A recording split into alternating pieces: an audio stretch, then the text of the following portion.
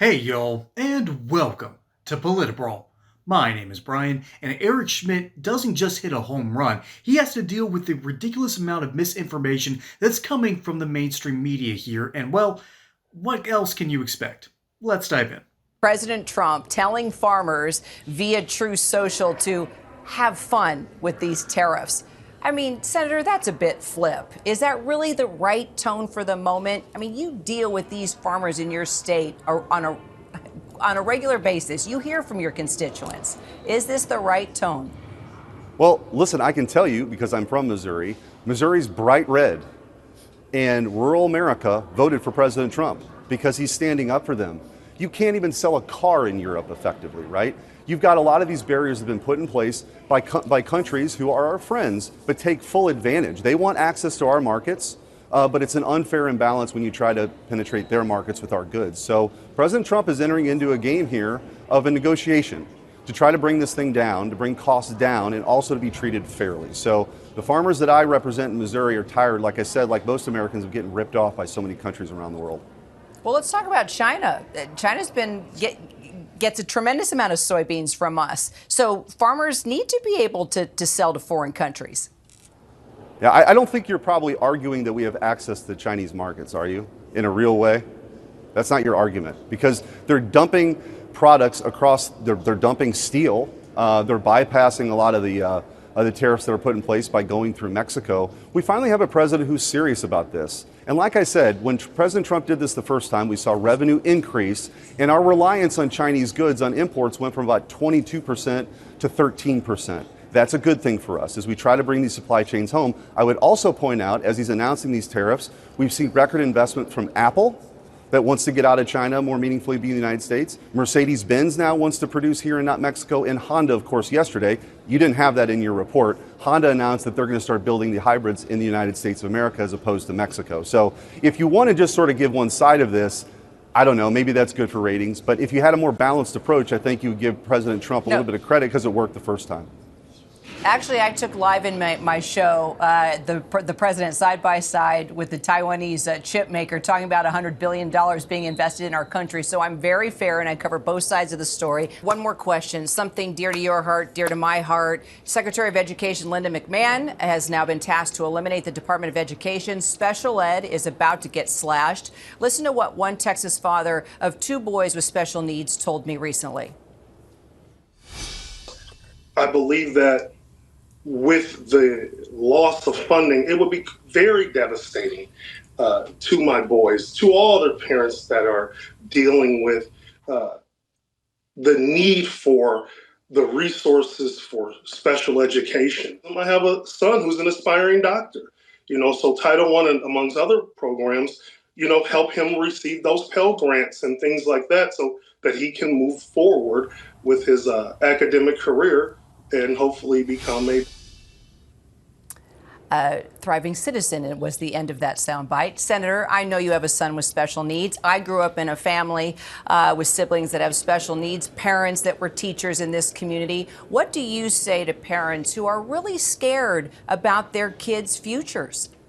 Yeah, I guess my message would be don't believe media reports like you're promoting right now. It's not true. There's the IDEA, which is a federal statute that guarantees those services. And so whether that money then is going to flow directly to the states or in different agencies, the law is the law. There are protections. That funding is going to continue to flow. But what you won't see is the Department of Education denying grant applications to school districts across this country because they haven't implemented divisive DEI trainings and divide the room by race.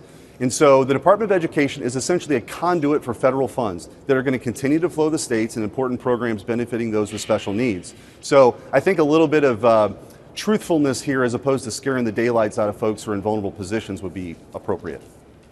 Well, I think a lot of people are scared right now. They're losing jobs. Well, if they watch your report, if they watch your report about it, they might be, but the facts just don't support that. Eric Schmitt is out here basically reminding the audience of the ABC viewers that, hey, you might be believing in a bunch of crap. Okay? For lack of a better phrase, that's what's going on here. Because first off, that last half of the segment of this little video of talking about, Trump is going to take away money from special needs students. Absolutely false. Okay, this is 100% false. Eric Schmitt even has to say that on live television, and there's a part of me that wonders how much he had to hold back from going, lady, you're lying to your viewers. What are you talking about? Okay, that's the beauty of being able to say something on YouTube, whereas you have to say something. You're more constrained on mainstream media accounts like I don't know, ABC here. But seriously, the misinformation campaign from the left just gets worse and worse by the day. And I don't understand how Republican politicians are able to even put up with this. Eric Schmitt does come from a long line of good politicians.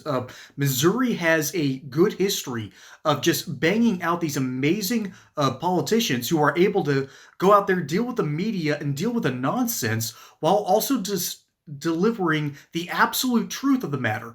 There is no attempt to take away special needs funding. That's already congressionally ordained spending. Didn't we have an impeachment hearing about this a couple of years ago? Come on, refresh my memory here, folks. But there is something called Congress. And when they say that spending can only be for X, Y, and Z, the executive branch is expected to execute X, Y, and Z. You'd think it would be that easy for Democrats, but they're out here screaming into the void that is this despotic chaos, for lack of a better phrase, that ultimately produces nothing but misinformation. Remember, we only had a brief history of good media after World War II, and it got ruined after Walter Cronkite lied about the Tet Offensive. And I'm sounding like a broken record here because I've said this so many times on the channel, but the reality is this. Eric Schmitt is trying to assuage the fears of people who don't know what they're talking about, who don't know what they're screaming about, and they're smart enough to know that there are problems going on in the world, but they're not smart enough to realize where the actual problems lie. Like, for instance, I don't know, the fact that we're approaching $37 trillion in debt. And the Trump administration is finally taking a look at that debt and saying, we can cut certain things here, here, and here.